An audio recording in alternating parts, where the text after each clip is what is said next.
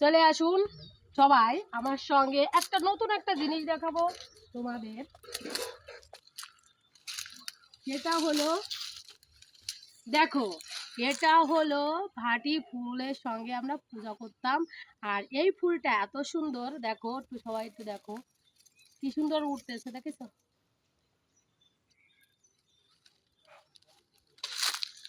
দেখছো এটা শুকায় গেছে, এটা শুকানোর পর কিন্তু এটা হয়। এটা এমন একটা ফুল যেটা আমাদের পূজার কাজে লাগে। আরো দেখো কত হয়েছে, এই দেখো কত সুন্দর সুন্দর। বলো, সুন্দর ফুলটা আমি একটু তুলে নিয়ে আসি। ফুলটা দেখো কত সুন্দর,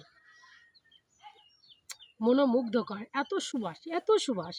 আসলে কি বলবো, সুবাসে যেন আমার মন প্রাণটা জুড়িয়ে যাচ্ছে। আসলে কি বলবো, আসলে বনের পাশে ফুটে থাকা আর বাড়ির পাশের এইগুলো কিন্তু আমরা অনেকেই চোখে দেখি না বা এদের মূল্যায়ন করি না।